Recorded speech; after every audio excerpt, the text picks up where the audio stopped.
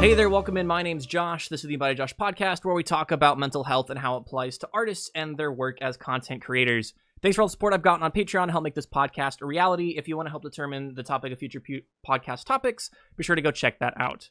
So, last time I talked with Andre David, who was a freelance concept artist, and we are continuing the trend of freelance concept artists by talking to my good friend Camilo Brushinsky today.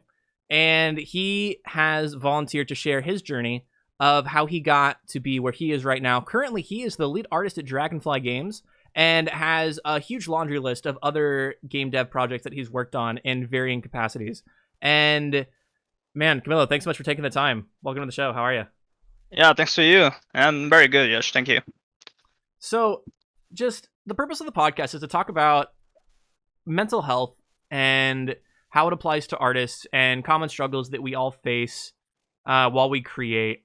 But before that, like, tell us more about you. Like, what got you into art in the first place? Like, was there an anime? Was there a show? Was there a moment? Like, what made you decide that you wanted to go into concept art specifically and art compared to, 3D modeling or graphic design or like other things like that? Like, what made you start your journey? Well, everything related with art started when I was a child.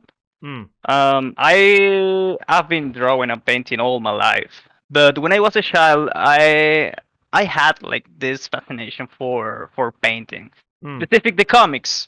Yeah. So, and of course, painting dinosaurs. All the childs like start painting dinosaurs. Yeah, and that was me when I was a child. So I start painting. I start like doing. I just take like paper and I start doing like comics. Yeah. My first comic, it was like 100 pages actually, and it was like similar to Yu-Gi-Oh.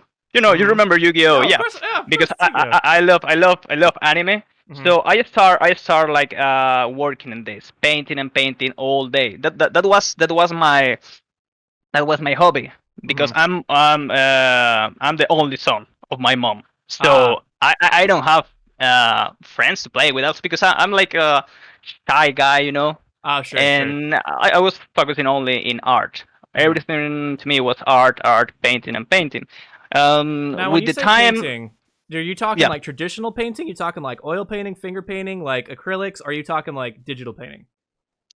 when I talk about painting, is with colors. I use colors, and sometimes I used to paint with this finger paint.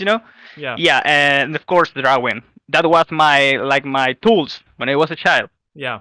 That was what I was using when I was a child. So when I start, my journey began in that painting and drawing dinosaurs and comics. Yep. With the time, and I start like looking at more references. I start discovering how art works. Sure. Like you have to find references. There's a light that you have to keep in mind. There is a shadow. There is composition, perspective, and everything that I learned was by myself. Yeah. I used to buy. Yeah.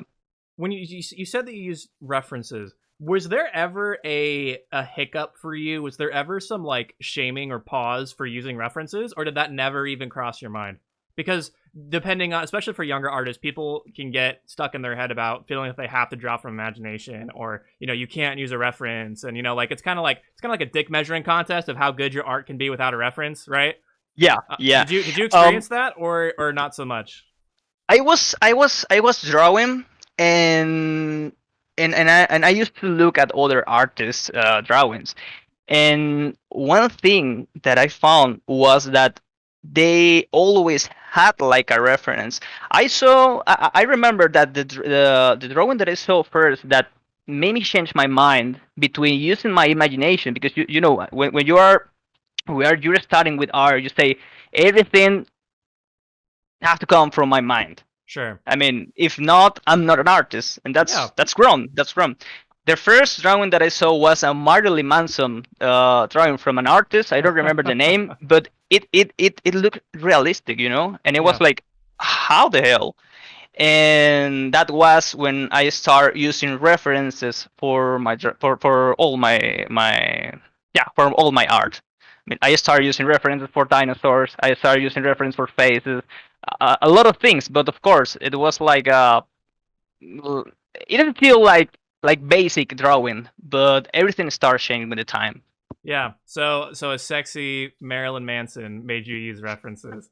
That's fantastic. Yeah, that's true. Yeah. How old were you when that happened? When that reference when you finally were okay with I using references? Well, I was like 11 years old when I started using Okay. references. Sure. But during all my time before the 11 years old, I never used reference before. Yeah. And I feel like that's okay. Like you're a kid. It's like you don't have to try hard your art. Like you're doing it for fun. You're literally like finger painting and just painting dinosaurs. Yeah, So the yeah, of fact that you course. were able to get out of that to basically sidestep that reference conversation at such a young age, that's a pretty huge advantage. That's interesting. I think I took this reference stuff, I think, very late. Mm-hmm. Because if my teachers, if my art teachers Mm-hmm. teach me like you have to draw from references, it will be better for you. Yeah. Because I started like classes when I was 5 years old, Yeah. and but it was like no, you just draw from your imagination, and that's wrong if you want to to Not earn suck. money with that, you know.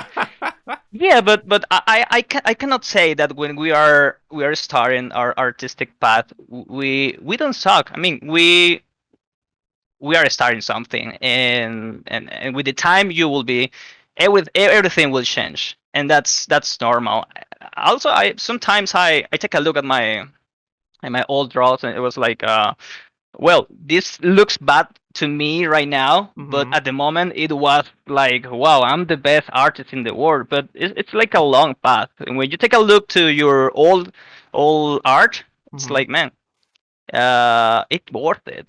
Yeah. It's good. That's really wholesome to reframe the conversation from, yeah, instead of saying don't use a reference to your art doesn't suck, which everybody kind of has been like, oh yeah, okay, makes sense, but to reframe even that at such a fundamental level to say no, it's not so that your art wouldn't suck, it's so that you can improve faster. Like just removing Yeah. any sort of negative connotation with your art in the first place is pretty powerful, because I feel like that, at least for me personally, I struggle to like, I feel like a lot, and maybe I'm not alone in this, that there's a tendency to self-deprecate your work, or say that, you know, or even yourself, oh, like, oh, my art's trash, oh, you know, this or that, whatever, as almost as like a defense mechanism from Hmm. critique. um Yeah. Sometimes we don't want the critic, even when we are starting with the art. It's like, no, my art is perfect, and that's it. I remember my dad. Yeah, my dad was like he knows he's amazing drawing. He's Sure. amazing when he's drawing, and he learned by himself. Hmm. And right now I just remember that I used to tell him like your art sucks, mine is the best. And that's a big difference because I used to draw with sticks, and he was Yeah. like drawing realistic stuff, and he was using references. I Yeah. didn't, but to me, I was the best artist. Of course, it changed with the time. Yeah. Wow, you cocky little brat, just shooting your mouth off to your dad that your sticks are better than his fellow realists. Yeah, yeah, I mean, you that got was the funny. confidence. That's awesome. Yeah, man, confident artists. Yeah, I feel like you could swing the other way, and then, as you said, just say your work is awesome all the time and never critique it or see room for improvement. So I think finding that middle line is key. That's good. With the time, as I said, you just go learning, and you learn that you are not the best one, but you are good, and that you something that you have to keep in mind, that you have your own style. With the time you will learn your own style. With the time you will have your own tools and your own tips and tricks, you know, Sure. that everything comes with the time. Yeah. And yeah, it's all like always open to criticism, to, you know, is the feedback. That's Yeah. the best ally for an artist is the feedback. Is feedback. So pause. I want to talk about feedback, but you're still 11 years old who just found the power of references through Marilyn Manson. So keep the story going with us. And when did you start practicing art in earnest? When did you decide that was when you were going that that's what you were going to do? Um Yeah. and then how long did it take you to actually start making money off of it? Okay, so well, when I started using references with the Marilyn Manson drawing, everything was different because I was focusing more in the details, in the anatomy. I Sure. started studying anatomy, not from human beings, but for monsters, because I used to draw a lot of monsters and Interesting. dinosaurs. Hmm. Yeah, so it was more complicated. Hmm. But I was always an ambitious guy, and always wanted to be the best, the best, Sure. and that was something that helped me at that moment. And so yeah, I started drawing. I changed the comic. I changed the comic, the frames, and everything to start drawing things more realistic using the different pencils. And so I start doing that, and I start painting as well in Sure. oils. And I Hmm. start learning how to paint in oils because I used my dad had like a big library of these traditional artists, and I used to look at the books, and it was like I want to paint one day, like these guys. So yeah, I started like learning more about art, and that was when I was like 14, 15 years old. I discovered the concept art. I Concept discovered the art. concept art because I used to play lot of video games, Hmm. and that's something funny that I will say when we get to the point to work in the game industry. There's something funny there, but yeah, I discovered the concept art because I used to look at this illustration, this concept from the games, and they look very realistic. I Hmm. remember I saw one from Far Cry. There is a knife in the water, Yeah. Oh yeah. Yeah. Yeah. and yeah, Hmm. that was Yeah. that for me it was like, wow, I want to paint like this, I want to draw like this, but I think everything was painted. I didn't know about the digital stuff yet. Sure. um Wow. Wait. Wait. So so you're telling me? Hold on. So you saw the promo art for Far Cry, like yeah. like the iconic like knife water, that whole thing, and you hmm thought you thought that was painted like 100% traditionally. yeah, I didn't know That's that bananas. that. That's so funny. That's Yeah, awesome. I didn't know that the 3D exists for art. I Uh didn't huh. know. I just know about traditional stuff, Sure. because all the books that I used to buy, everything was like you have to paint this. Everything was painted. Nothing was Wow. related with the digital media.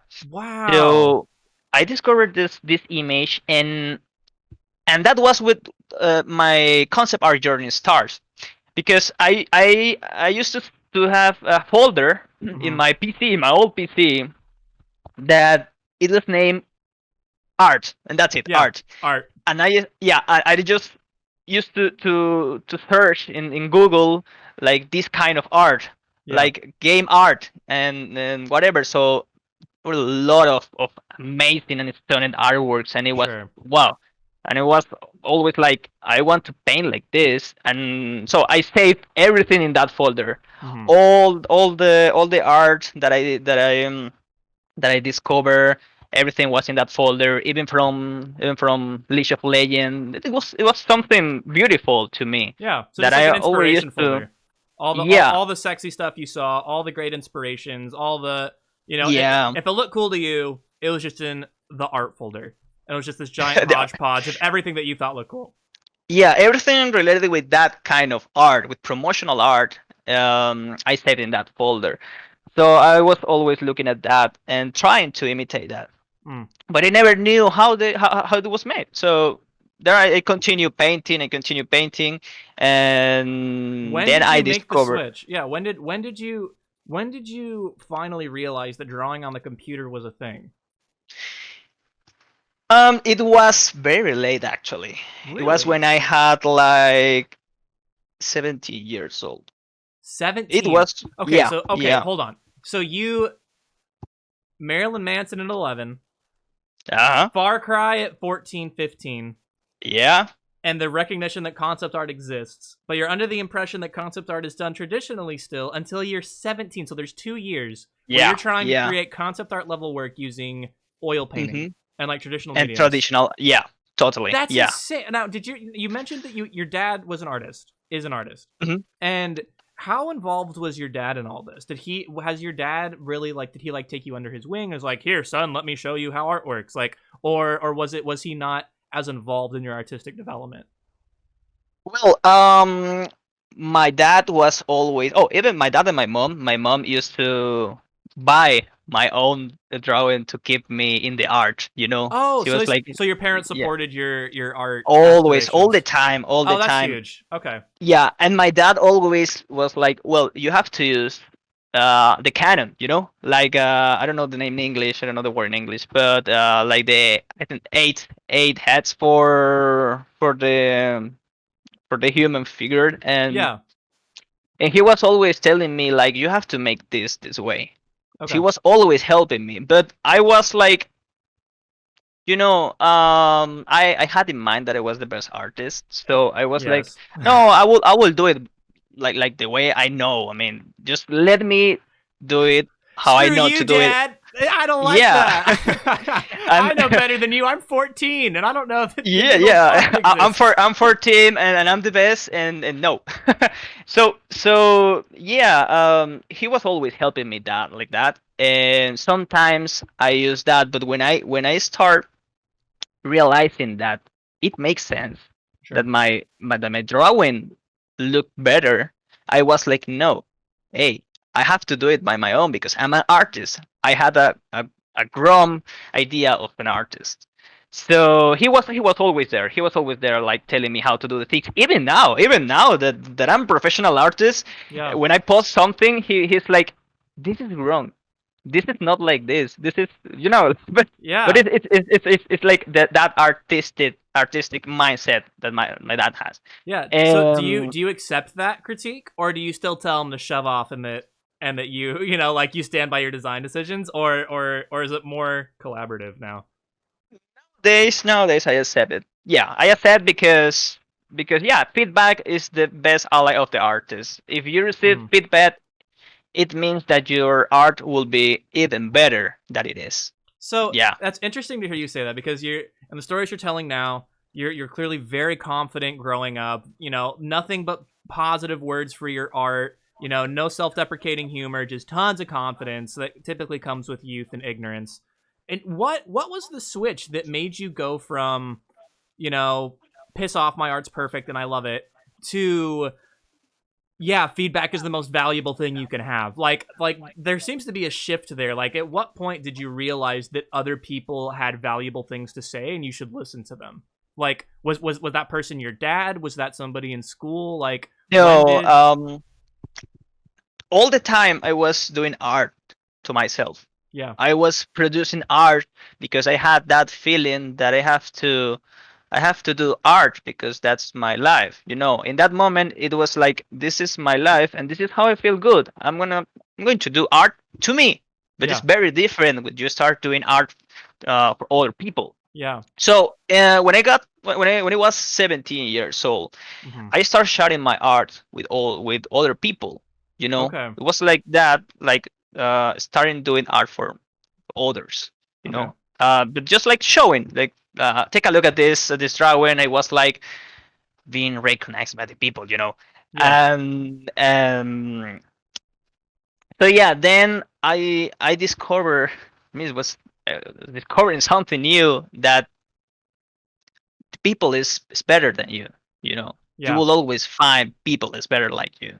Were you And sharing on the internet? Was it the World Wide Web that no, trust you, or was it no, local people at your school or your yeah, community or whatever? it was local people from my Wow. school. Yeah. Wow. That's rare. I feel like that the internet is the common equalizer. You show up and there's always that person on Pixiv or that person on Twitter, right? And you Mhm. you show up and you're like, "Oh my gosh, I hate everything that I make. This person is so much better than me." And oftentimes people feel like they're the big fish at their high school, in their town, and their whatever. But Yeah, for you to be humbled in your own town locally and not even go to the internet, man, you got so many valuable, these key art lessons so early, and such that's awesome. That's okay. Sorry, yeah, continue. So somebody in your community. yeah. The problem is that these people had a lot of knowledge about art. But yeah, I mean, Who were they? Were they art professors? Were they teachers? Were they one of street them painters? one of them was a teacher, art teacher, and he was his son was developing a game actually, but I was never involved in that game. But I start looking and realizing how good people is. I mean that I'm not the only one, Yeah, that paints, that is drawing. Like sure. more people doing that, and even better than me. So I was like, wow, I see these guys painting. Damn, this is the comparison. I mean, you have to compare your work with others. That's Yeah. good. That's not bad. But the way is how you take that comparison. So it was like, this is my art, and that's his art. Yeah. Hey, dude, how can you do this? I mean, teach me. I want to learn. I was not like showing my stuff. Of course, I had people that told me like, dude, you totally sucks at Yeah. drawing. Yeah. Please don't Trolls, continue. Yeah, don't continue because this is fucking horrible. This is horrendous. I mean, yeah. But it was like, no, man. I mean, this is my dream. I want to paint. I want to draw. I want to do this. And I my dream always was to work for a game, even when I didn't know about the digital media. Correct. That is funny because I always wanted. I was like, oh man, I want to work for games. I want Yeah. to develop a graphic novel. That is what I'm doing right now, leading in this studio. We're developing a graphic novel. Oh, cool. So and that was my dream. And it was like always like, I need to know the tricks and tips from Yeah. these people. So you to had your dream. You wanted to be able to work in games to, once your catalyst moment when you were like 14 with Far Cry and whatever else. And the person who was really good, the professor that he wanted him to teach you, you said that he was working in games as well. Was he like what did his he son his son was developing a game. was Yeah. okay, his son was developing a game. So did you ever ask him like, hey, teach me, show me the tricks, like when you saw his work? Yeah. How did he respond? They were humble with me. They were very good artists, and yeah, they were good people. I mean, they were able to teach me everything they knew about art. Wow. So he mentored you? Yeah, in the beginning, he mentored me and my dad. And your dad? Yeah, the teacher was mentoring me and my dad, and the son of the teacher was always mentoring me. But in some stuff, like you need to draw this like this and exercises, things like that, giving tips and tricks. Okay, So okay, hold on. Yeah. This is insane. Okay, so you're doing traditional art your whole life. You figure out that digital stuff exists at around 17, like you said, probably through this mentor that you found. Is that true? Yeah. So he showed you digital art was a Yeah, thing. yeah. And then is that like high school graduate? So did you go to college and this mentorship happened alongside school? Or I was in school. In that moment. So you were at school, okay. And then did you you said that he mentored you and your dad, which is hilarious. So you and your dad roll up to what, like their house? Was it online? Did you go to school? Like how in depth was this? Like you make it sound like that you found this your sensei in like a hut, and he was like, yes, I know everything. Let me show you. Also, my son is amazing. And it was like this perfect pair off. He had like an academy. Actually, he had Oh like my an gosh! academy. Yeah. It was a small academy. It was a small room. Still though. But he was teaching arts and music. He was amazing, dude. He was amazing. He knew guitar, drums, piano, and he knew like spelling oils, drawing with the pencil. He was on digital also. Where did he you used find to him? Was he a teacher? He was a teacher at your school that you were going to, at your high school? I discovered this guys. It was in a mall. And they have like they have like a store, and it was like arts and whatever. Okay, so you're in high school. You're pissing around drawing art. You're in the mall one day. You find the store that says art. You go inside because you like art, and you end up talking to probably the guy, the owner. Yeah, because that guy was related. that guy was related with my high school, with my high Okay. school. So yeah. How was the random art guy in the mall with the store related to your high school? He was he was friend of the art teacher of my high school, Oh, okay. and some people there just are receiving class from this guy. Oh, from the art So store guy. everything, yeah. So Oh, everything so the was cool was kids in art related. class, the cool kids in art class are like, "Oh yeah, no, I have my lessons from art Hmm. shop bro." And they're like, "Oh, art shop bro, like, oh, he's the big fish in town. He's really Yeah, good. All right." So if you really wanted to get good, you'd go down to the mall, you'd go to art shop bro's house and yeah, I basically asked him to teach you. And that's what you did. yeah. That was what happened. Yeah, Oh it my, was. so how did your dad fit into that? Did your dad like, "Oh, you're going to the art shop? I only go to the art shop." And you drive there together?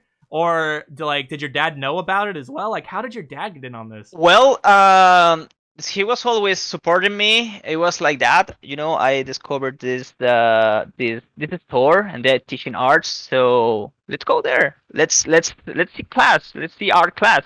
Did And he you was wait? like, Wait, you pitched I, the idea to your dad? You're like, "Hey, dad, let's go yeah, to class together." yeah, yeah, That's so yeah, cute. totally. What did he say? He said yes, And he obviously. said like, yeah, yeah, because he was in love with art in that moment. So Wow. yeah, we decided to start the class, and yeah, so I learned everything about not everything, but I learned that concept art was made in digital as well. Yeah. That illustrations, everything also was in digital. Not Sure. everything was oil and pencil. Yeah. And then I started like discovering more about that, but it wasn't until when I was uh 19 or 20 years old Okay. that I start studying concept art.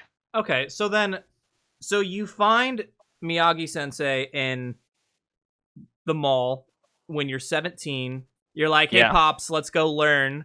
And your yeah, dad, who's clearly already proficient at art, who has been teaching you up until this point, mhm, recognizes the skill of the art shop king. And you roll up with your dad, and he teaches both of you and shows you digital art. How did yeah. your traditional dad, with his super rigid rules with the 8 head structure, like for proportions and everything else, how did your dad react to the introduction of digital art at that point? He was doing art by traditional all the time, Sure. but he knew that that art was like my life. So he knew that it was that I wanted to be part of something of games, something like graphic design.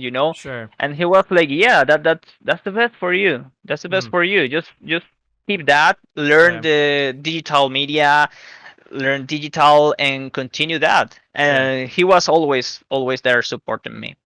Yeah. Did he ever end up using digital stuff, or was he like, "Ah, that's not No, for no, me. no. Like that's for you. Like you kids can go run off and make your games. I'm gonna stick with my like." Yeah, no, he was always traditional. Sure. Okay. So 3 years being Hmm. taught by the art shop guy. Did you ever go to art school? Did you go to college? Or was it No, just 3 years just the art shop? no, no, no, no. 3 years, but I never, I never made a concept art in these 3 years. Never, never. I was just painting some stuff, but never uh, work on concept art. Just when I was 20 years old. So what Old. did That. you? So for those 3 years, was that was that your full time job? Was that your thing? No, Like how no, often would nothing. you go to the art shop? And if you weren't doing concept art specifically, what would you do? Were you like drilling like drills and fundamentals and color? Like what I is? was I was learning fundamentals of art. Yeah, I Okay, was so only learning fundamentals and doing 3 years of exercises. fundamentals of exercises. 3 years, yeah, because it's like you go to that store and you sit and you have exercises to do. It was just to improve. It was just to improve the art. Hmm. I I didn't know that I will end doing full time job concept Hmm. art.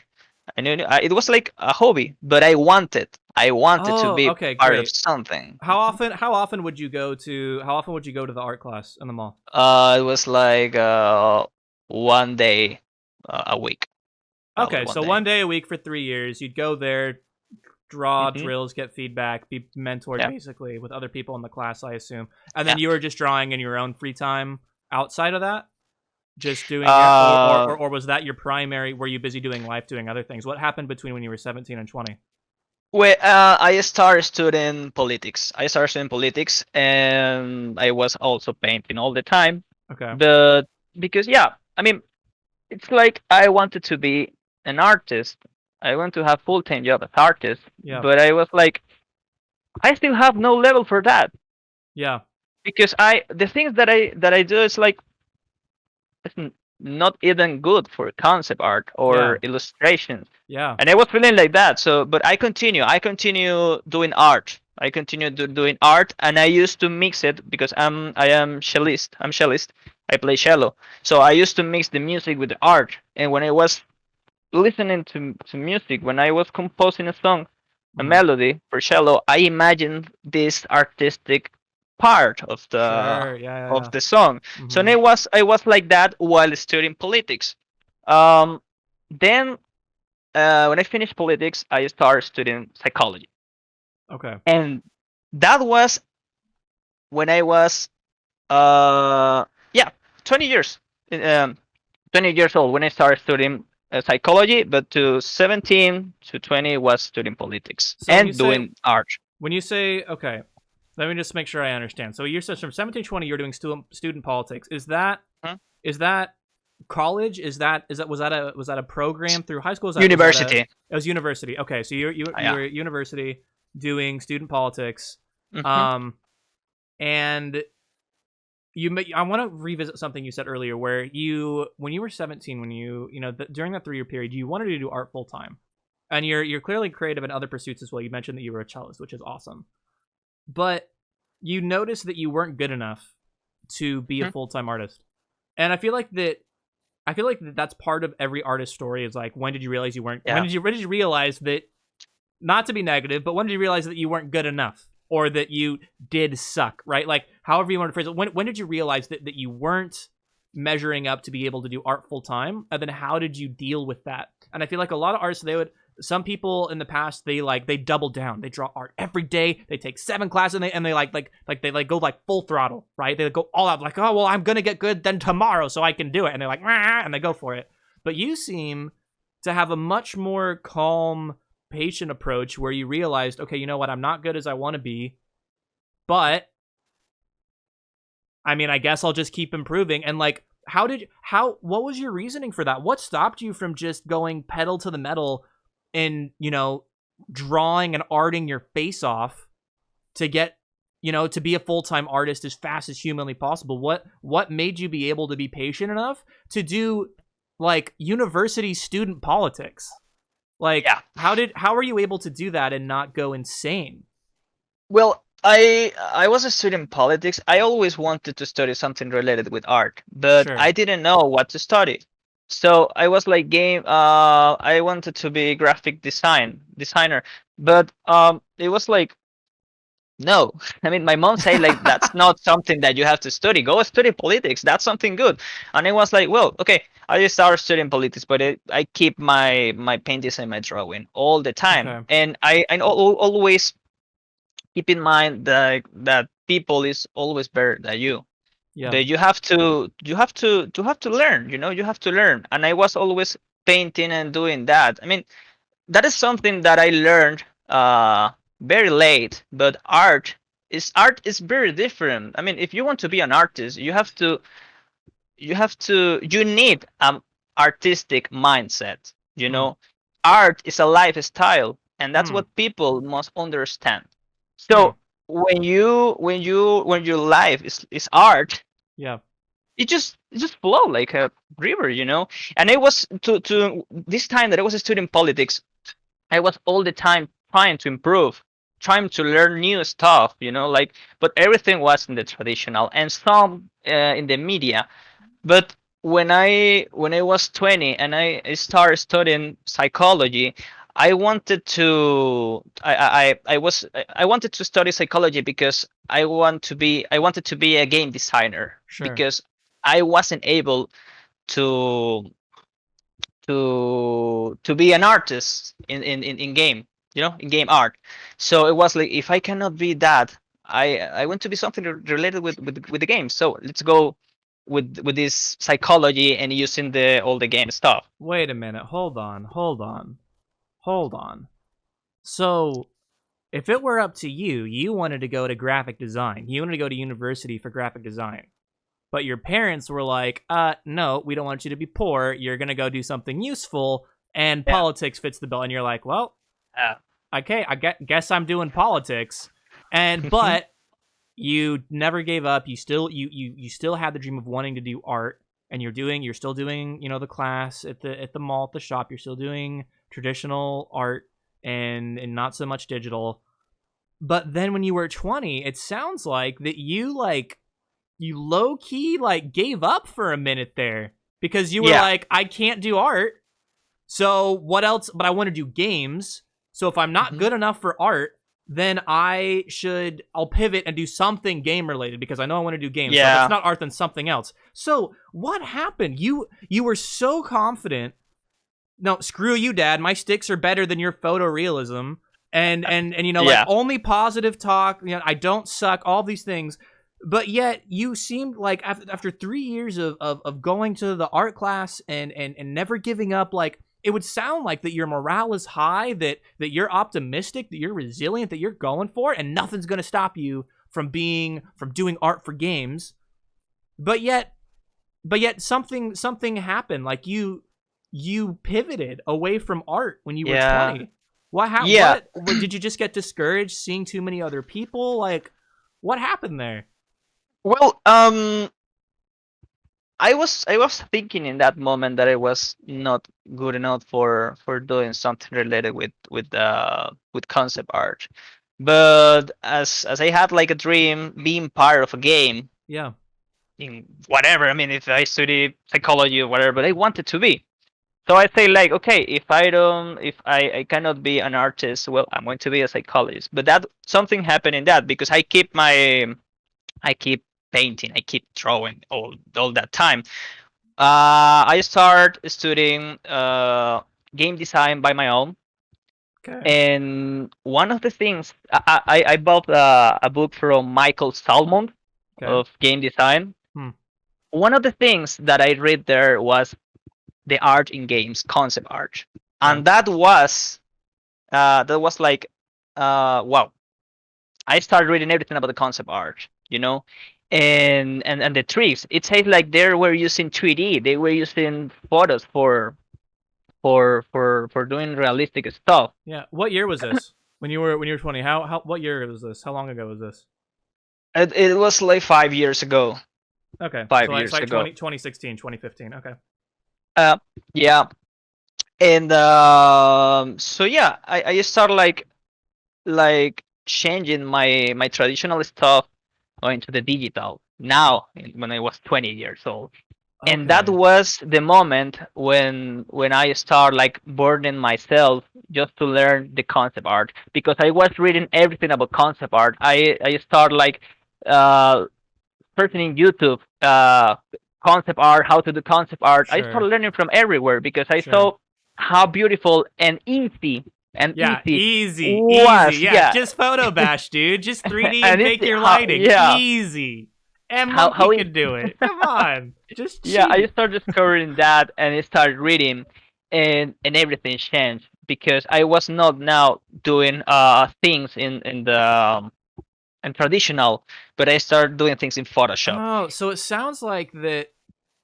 Okay, so you mentioned earlier when you said when you found the art shop when you were 17, you learned of what concept art was, and and that digital art exists, right? Yeah. But then it took you 3 years, despite knowing that originally.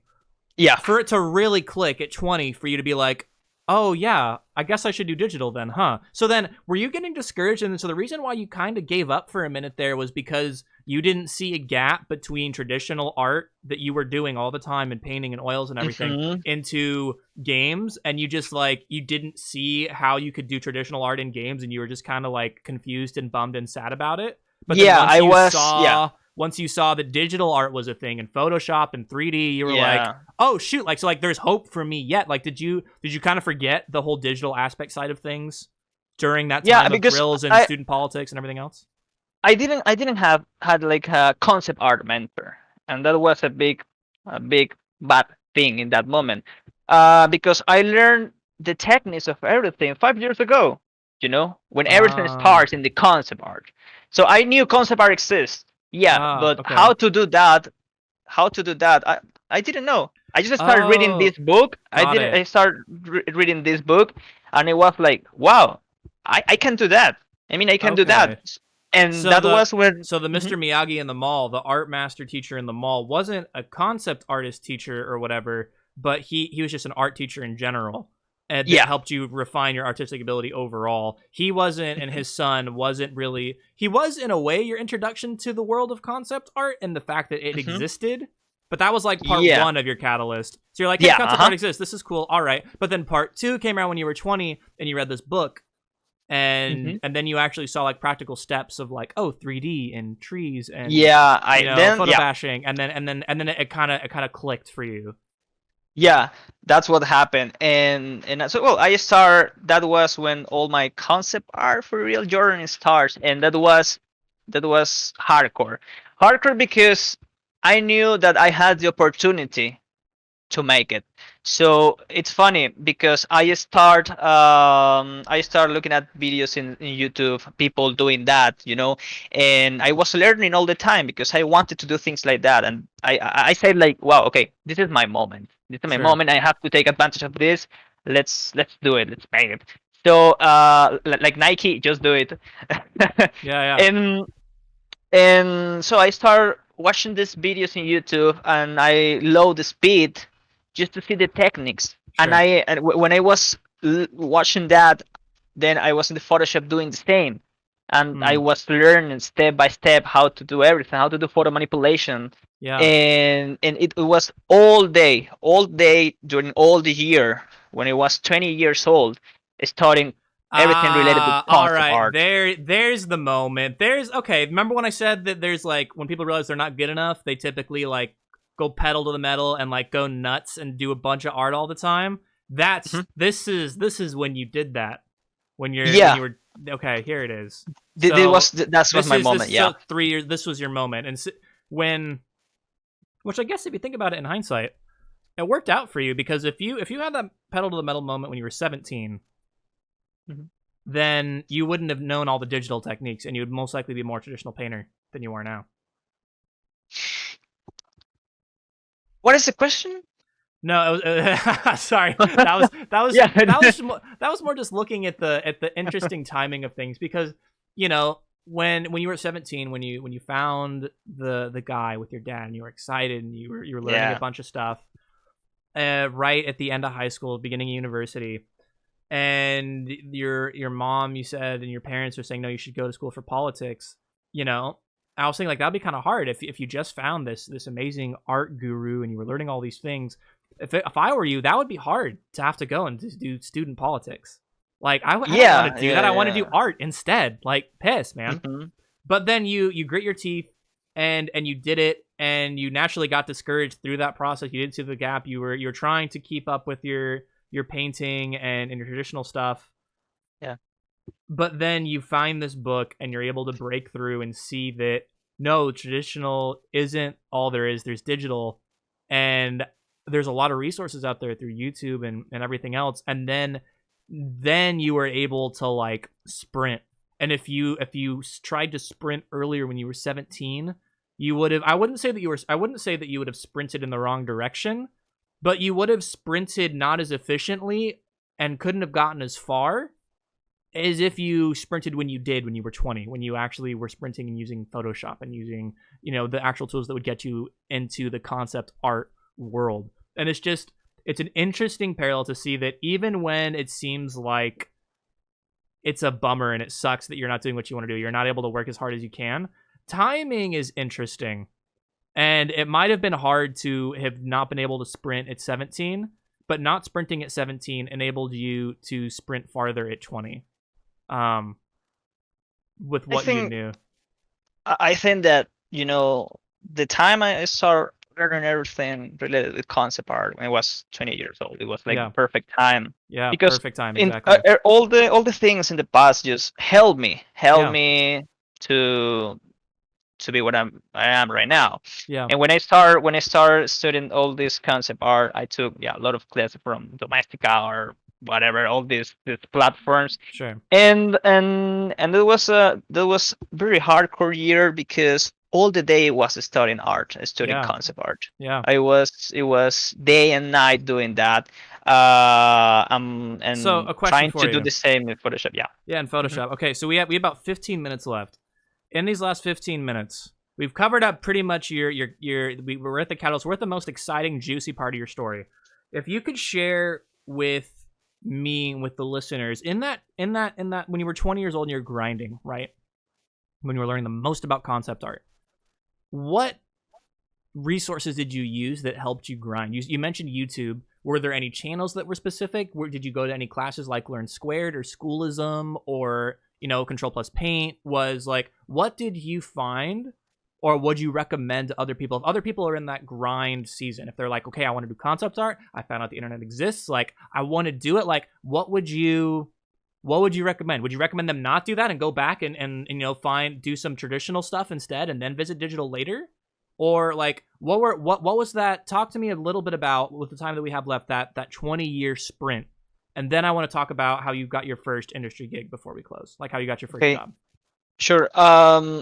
Well, traditional things is very important if you are going to paint, if you're going to use the painting when you are doing concept art. Okay. But actually, concept art is more about the tips and tricks that you can use to solve like what the people is asking to. Yeah. What I would recommend is to see how people do what you want to do. Okay. See and to pay attention to that to that stuff, because you can learn by watching. You can learn by watching, and then you can just doing it in by your own. If you are you can take classes in Domestika or all these platforms. But actually, what is more important is like the tips and tricks that you can use for concept art. I mean that's because I don't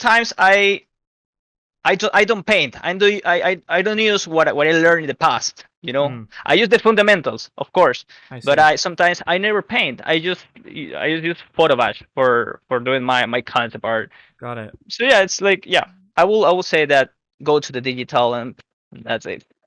Okay, so it sounds like that's unusual. I was expecting you to be like, yeah, learn your fundamentals, kids. You can't skip it. But you seem to be advocating that in a lot of the work that you're doing now, you're not even painting digitally very much. It's almost exclusively 3D and photo bashing.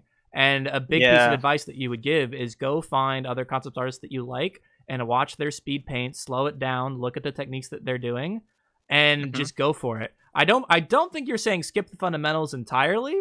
No, never. I mean, fundamentals is one of the most important things. Yeah, of course. So clearly, you're not saying skip the fundamentals, but you definitely seem to be saying get your hands dirty actually doing the pipeline that concept artists are doing, which is paint overs, 3D, and photo bashing. Get practice doing that. Yeah, I mean, learn this basic techniques of concept art. Use the art fundamentals, and you're ready to go. Yeah, and you're just that. You heard it here first, folks. Just get your art fundamentals, and then photo bash 3D, and I mean, you do a hue and saturation slider, and you're all set. Like blending modes. Because everything when you are learning like photo bash, you will learn to use like color balance, how to match, how to blend everything. Yeah, it's like these techniques. Inside these techniques are a lot of small techniques, that you will learn. But of course, art fundamental is one of the most important things, and art fundamentals is the difference between a professional artist and a starting artist. So as far as actual concrete references, you don't really have any aside from find a style or an artist that you like and just watch their process. And then it's just a lot of doing. Just get out of your head. Stop trying to figure out the perfect plan or how many hours. You just start creating. Just start photo batching. Just start using 3D, and you'll learn as you go. And then keep in mind that if you feel like you're stagnating with your art as a concept artist, you might have to go revisit your fundamentals, because the fundamentals are what's going to really determine how much you succeed as a concept artist, not all the tips and tricks. Yeah, I mean, it's like, it's like you say, just keep creating, and make art a lifestyle. Once you make art a lifestyle, you will be creating art all the days. I haven't stopped doing concept explorations since the first day that I start working as concept artist. I mean, I've never stopped. Never stop. All these 5 years that I've been, these 4 years that I've been like working as concept artist, I never stopped creating. Not even one day. I mean, always doing concept exploration. Wow, because art is a lifestyle. Yeah, art is a lifestyle that you have. You need that mindset if you want to be a concept artist. All right, 2 more questions for you. One, you say it's a lifestyle. Yeah. Even now today, about how much on average do you draw or paint today, and what do you draw or paint? I use a technique to practice. That is the concept exploration. Sometimes I have ideas in my mind, and I just start doing the photo bash, and I take like, I don't know, I just sit here and I start doing that like for 12 hours, and the other 12 hours I just work. Okay. No. Yeah. No. That's my life. No, it's not. That's not your life. That's 0 hours for sleep. That's not. Okay, we'll try this again. You do not do free paint explorations for 12 hours and then do your work to pay the bills for the other 12. Like, I get the sentiment, but how much personal art lifestyle, not client work, just for you, how many hours a day, how many minutes a day do you paint just for you? And what is 12 hours? 12 hours a day. Yeah. Just for you. You're not getting paid for it. You're not. No, nothing. You're just practicing my techniques. So 12 hours. I don't believe you. So that means you wake up at 6 a.m. 12 hours from 6 a.m. to 6 p.m. It's just you. You're not getting paid for a lick of it. You're just doing it on your own. And it's now 6 p.m. Yeah. But yet you are right now the lead artist at Dragonfly Games. So then when do you do the art for Dragonfly? Well, being a lead in that case, yeah, sometimes I'm doing the work for my own, like painting for my own, and I have to jump to work with them and everything. But I mean, it's like, for example, in the weekends I use 12 hours to paint for myself. On the weekends, sure. Okay, I get that. I'm talking like on a Tuesday. It's Tuesday. Okay, you got bills to pay because we're talking about you're talking about lifestyle, right? You're talking about draw every day. And if you tell somebody listening to this, I just draw for 12 hours every day to get better as an artist. It's like, that's not, even if you could do that, a very, very, very, very, very, very small percentage of people could do that consistently and not burn out and hate their life. Like, it is not like exactly 12 hours, but it's an amount of hours. For example, it could be 8 hours, it could be 5 hours, it could be 10 hours according to the day. But I wake up at 5 a.m. Okay, and I spend all this time, maybe 5 to 4 p.m. Painting, but how much of that is for your job as an artist versus for your own personal growth as a lifestyle? For your own personal as my life is working as artist, I could say I take 12-hour day for working as artist to pay my bills. Okay. See, that makes sense. More. That makes sense. That's fine. But I'm talking about in addition to that, because you say it's a what I'm trying to get at is that you're saying that you draw every day as art as a lifestyle for you. Yeah. So then how much of that? How much are you painting that you're not getting paid for, that's not for your job, that's not for a lead artist or for how many hours I spend painting without getting paid? That's the question, right? The question is, how much do you paint for yourself, like personally? Like Like for your own, yeah, that's correct. Without getting paid, like without a client, just it's fun. You could play video games, you could sleep, you could go to the mall. Like when you have free time, out of the free time that you have that's structured, how much of that free time is structured towards drawing every day? My free time, when I have free time, I use this free time to keep improving my art and to keep working in art. That's So my free time is always related with that.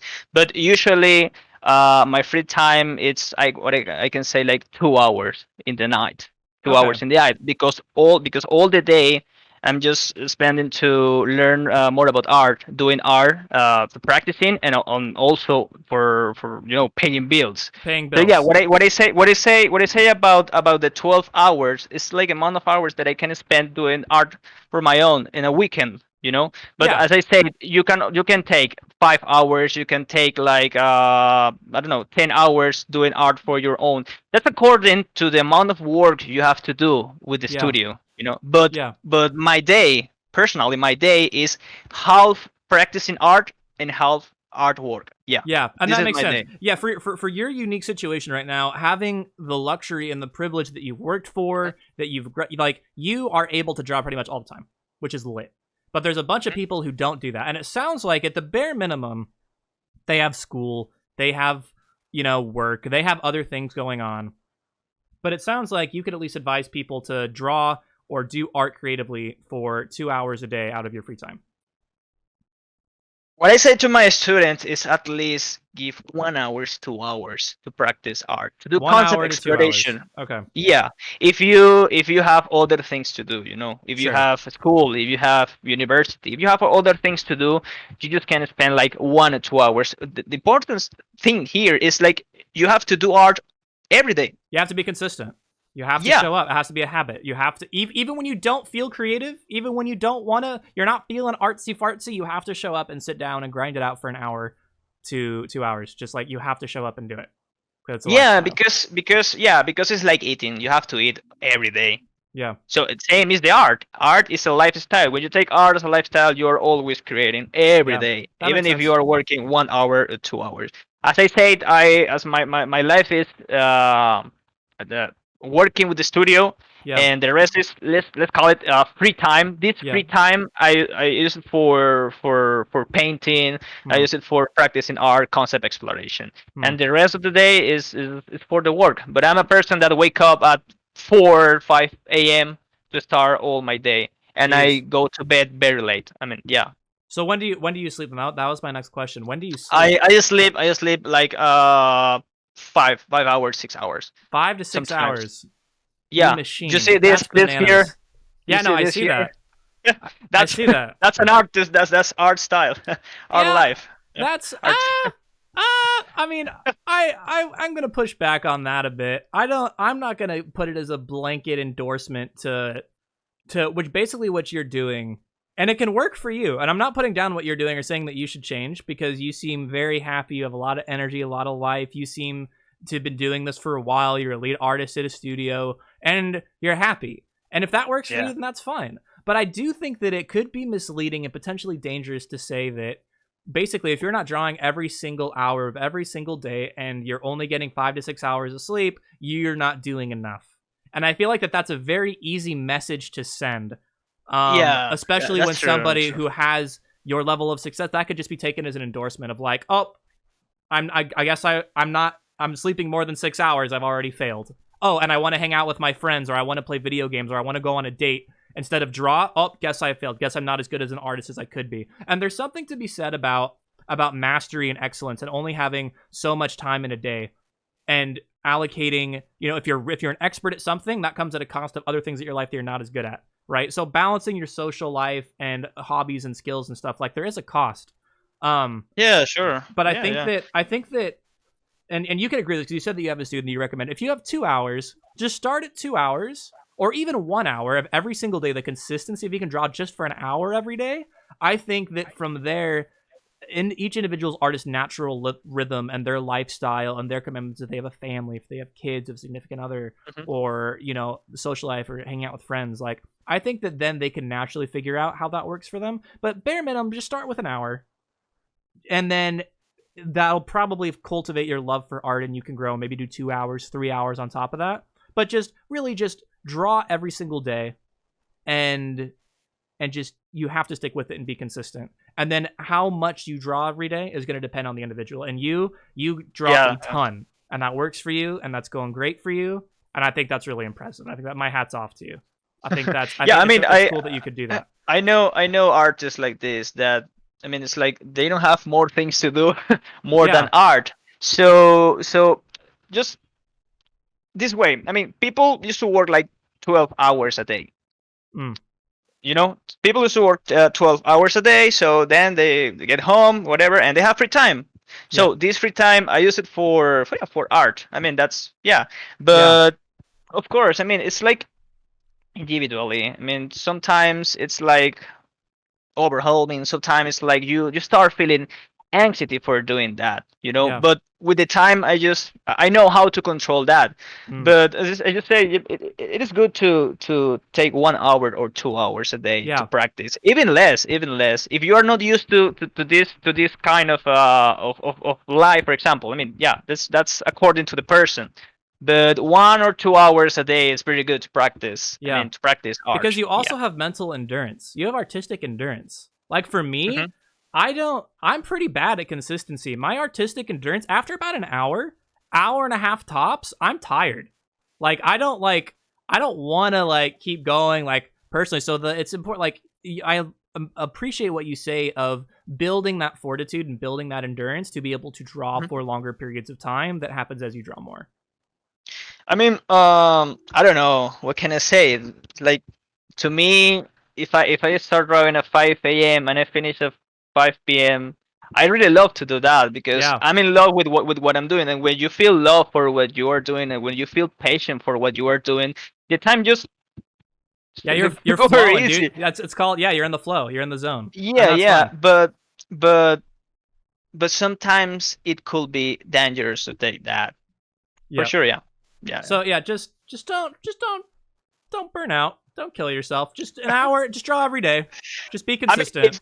I mean, if it's good to you to spend this amount of time, so it's very good. But if it's not, don't force it. I mean, don't try to bore you because it's going to be bad for you. Yeah. I mean, you said don't force it, but that's the pinnacle of the conversation we're having because art is a discipline. Art is not always fun. It's not always in your comfort zone. The drills exist. Fundamentals exist. You know, improving as an artist is often draining and difficult because you have to go outside your comfort zone and improve. And that's hard. And there's an element to sucking it up and showing up and drawing even when you don't want to improve. Like a job, viewing it like as a discipline, right? But then at the same time, like you're saying, when you love something, when you're into something, you typically enter flow. You can go a lot farther. It's a lot more fun. So trying to balance that, if somebody is struggling and to improve in art, don't feel like that you have to force yourself to sit down and draw for 12 hours or 5 hours or something when you're fighting tooth and nail to try to improve your bad perspective or proportions or, you know, your OCs or whatever. But just the big takeaway out of all of this is just show up every day and keep in mind the duality that you have to be able to have discipline to show up and draw when you don't want to, when it's hard so you can improve. But also remember to have fun. You're supposed to be able, like, you're not supposed to be hating your growth as an artist. You're also supposed to be able to get in the flow and like have a good time. There's like a big difference when you're an artist and you're an artist because you're painting for yourself, and there's a big difference when you're an artist and you are working with a studio. You know, I mean, it's like it's your full-time job. And your life is doing art, you know. Your life is working in that. But for getting this level, you need to know the fundamentals of art. You need to pass by a long trip, long way of learning, you know. There's a long path of learning to be a professional artist. And when you're a professional artist, you have to deal with this kind of stuff, with this kind of stress, you know. It's like learn the most when you are in the beginning, because once you are a professional artist, it's like you will use everything that you have learned, and it's going to be It's a lot more different. That's fun. what I say. Yeah. Yeah, that's when I say that I love it, because this is my full-time job. Okay, so I love what I'm doing, and the Yeah. time just it flows. It Yeah. flows. So yeah, but there is a big difference with when you're a professional artist. Yeah. You have to deliver the ideas, and there's a big difference when you are learning art. Yeah. Actually, art is something that you never stop learning. Yeah. But you get the point, the difference between the professional artist and the people that is still learning this to Yeah. be a professional And artist. that you bring up a great point, because like art is fun when you're in your comfort zone. Like for you, your comfort zone is huge. Hmm. This is your full-time job. You're a Yeah. professional concept artist, which means the friction for you from that journey of you see something in your mind's eye and your creativity of what you want to create, and then you're able to, for the most part, you're not perfect, but you're able to, for the most part, bring that vision to reality because you have so much fundamentals, you have so much practice, you have so much experience, Yeah. and you're swimming in your comfort zone. You're in Valhalla, you're in heaven. It's chill, like it's easy breezy. But when you're a beginner, you don't have the fundamentals. You're still learning. Yeah. The process of seeing something in your head to putting it out on the paper, really hard, really Yeah. hard. Totally. And Totally hard, like yeah. that takes a different drain and impact out of you. So I guess when the nuance of seeing a professional expert like you and seeing how much you're able to work every day because you're in your comfort zone, because of how much work you've put in, like you're basically reaping the fruits of your labor. Like you've made it, right? But that's unique to somebody who's in your position and not somebody who's still very much on the grind trying to get there. And for somebody Yeah. like that, 1 to 2 hours a day, if not less, and work up to that so that you can get to the point that you're at, is something that Yeah. everybody can strive You to do. get the point that yeah, I'm talking to. I mean, I'm talking to when I say about the amount of hours, it's like professional artists Yeah, that they take all day, actually all day totally. painting and that. But for people that is still learning, I mean, as you say, art is very complicated. Art is not such an easy thing, Yeah, and it's very very stressful. And sometimes you will feel depressed because something is not something is like looking wrong and whatever. And even more when you compare when you put your drawing in front of the mirror, you just, I mean, you know how it feels. But just flip your canvas horizontally, man. Just flip it. Just flip your canvas and you'll cry. yeah, It's but fine. in that case, it's just to keep in mind that there is a path to be a professional artist. Sure. And you are learning, and that's good. I'm still learning. You are still learning, Yep. and both of us we are professional artists, and we're still learning. So art is an endless learning stuff. You Yep. will be always learning, and if you are in the beginning of art, if you are in the middle, and you still like you're still feeling that you are not a professional, but you're learning. That's good. Just Yeah. enjoy the process. This is a process. This is a process, and just enjoy it. And when the time comes, you will know that you are a professional artist because you send your portfolio, you start sending your things to studios, and they will say, oh yeah, come and work with us. And that's the moment when you are now a professional artist. Yeah, and But that's during a that great time, segue. That's a great segue. I wanted to wrap up. We went a little bit of a tangent, but I think it was worth it. That was a great little conversation. How did you get to your first full-time gig? How did you you just said you'll know when you're there because people will basically look at your work and want to work with you. How did you go from in that year when you were 20 years old and grinding to getting your first job? my first job was actually working for a mod, Fallout mod. A mod. Uh, Mod, yeah. Was it It was paid? not. It was not paid. It was not paid, but it was my first experience working as the concept artist. Okay. They look at my portfolio because I was posting everything on Instagram Was this on Instagram or and ArtStation? What an what organization, but so okay, so your portfolio on what? So both of them got you the job, ArtStation and Instagram. They looked at both to reach out to you. This was for the mod, yeah, mod job. Okay. yeah, and they wrote me to my Instagram. Wow, They say, hey, they reached out to you. Wow, cool. yeah, we are developing a Fallout game, and it was a powerful mod. It is Fallout Kanawa. So many people was fan of this Sure, mod, of that mod. Yeah. and I started working as concept artist, and I started doing all this stuff. But then there's a big difference because I still like doing nothing I received no payment. Sure. But when I started working for studios that give me money, like Alcyon Wins, Yeah. that I was long time working with them, Yeah. it's very different because the quality changed. How did You they? don't you How don't did you, you? How you did you don't see go? it in that moment, but the quality totally changed when you are getting paid. I could see that. How did you go from a Fallout mod to a paid gig?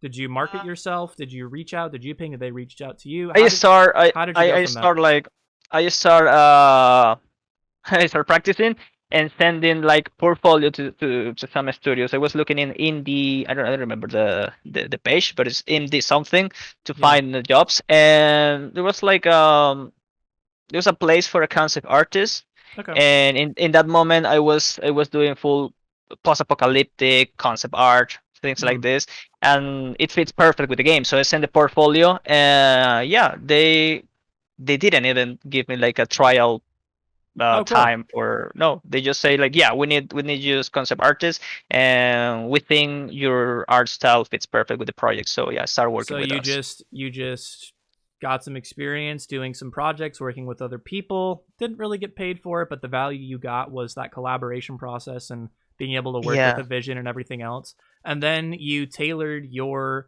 portfolio to match the aesthetic of projects and then applied to projects with the same aesthetic that they were going for. And in your case, it was post apocalyptic. So you would go and try to Yeah. find little indie projects and indie games that had a post apocalyptic setting, and then you would apply with your post-apocalyptic portfolio, Hmm. and Bob's your uncle. It, It worked out. and yeah, but that was also a big problem because I was in my comfort zone, with the post-apocalyptic. When these people start working in other game, I was feeling like in the space. Actually, Mm, it's like a space game. mm, I cannot talk much about that mm, because the game is still under development. mm. But And EA's. yeah, totally. But it was totally far away from my comfort zone. Oh, okay. But as concept artist, you have to deal with that. You have to deal with that. I mean, you have to work in everything. I mean, if you can work in the things that in your comfort zone, perfect. Yeah, But you have to keep in mind that someday you will have to work in something very different from your comfort zone. that's a good And note. That's a really good note. So yeah, you might like drawing, your anime waifus, but you might have to draw yeah, more than anime girls in order to get a well diversified portfolio to get a job. And it sounds like that you had to basically create a post apocalyptic portfolio that was mhm. outside your comfort zone pretty much from scratch, like just to be able to be relevant and to get jobs. So you basically created a portfolio and tailored it for specific jobs in the same way that Yeah, people would tailor a totally. resume. But that helps because when I started working with the other studios, when I started working in Valkyrie One in this game, it was like a war game, of course, Yeah, and I was doing like this illustration for the loading screen, splash screens, and it was very mm, different from post-apocalyptic stuff. sure. So I start doing here and there, and same for, well, the reclamation game was also post-apocalyptic, but this for this Valkyrie game, everything was different, and I started working with different stuff. I started like experimenting with some other things. Hmm.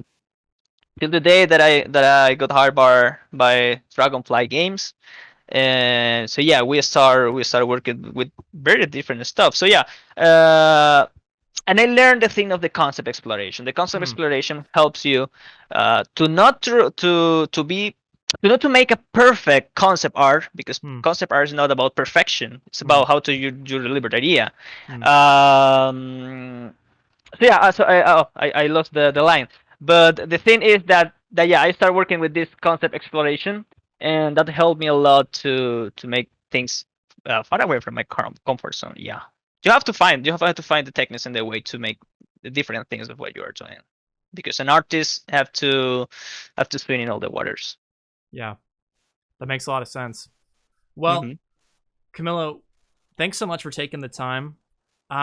We are pretty much at time now, if not a little bit over. Is there anything that you would want to plug, or talk about or shout out here at the end before we close, or any final words or thoughts? No, as I say, just like make art and a lifestyle. I mean, it'll be very nice if people make art a lifestyle, but make it according to your time. Just you don't have to spend 12 hours like me Yeah. doing art, but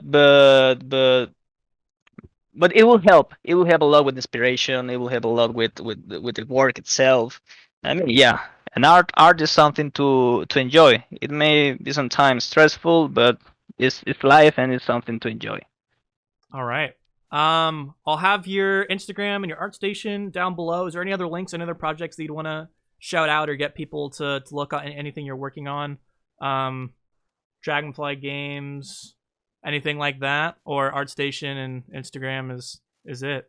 Um, my art station is Brushinsky, same as the Instagram. Yeah. And yeah, you should check the Beyond the Ox. It's the game that we are developing at the moment. We are Okay. working on a graphic novel that's it's gonna be amazing for real. You will love Sick. it. That's awesome. And yeah, just check Dragonfly Games. We are a Canadian studio. We're developing right now Beyond the Oaks. It's a beautiful game. You will love it. We have teaser trailer. We have a lot of stuff coming for this game, and Martin is coming for the studio. All right. Well, Camilo, thanks so much for taking the time. Really appreciate it. For all listeners out there, hope this helped you. If you want to have somebody else appear on the podcast or help determine future podcast topics, be sure to check me out on Patreon. Thanks so much for listening. See y'all next time.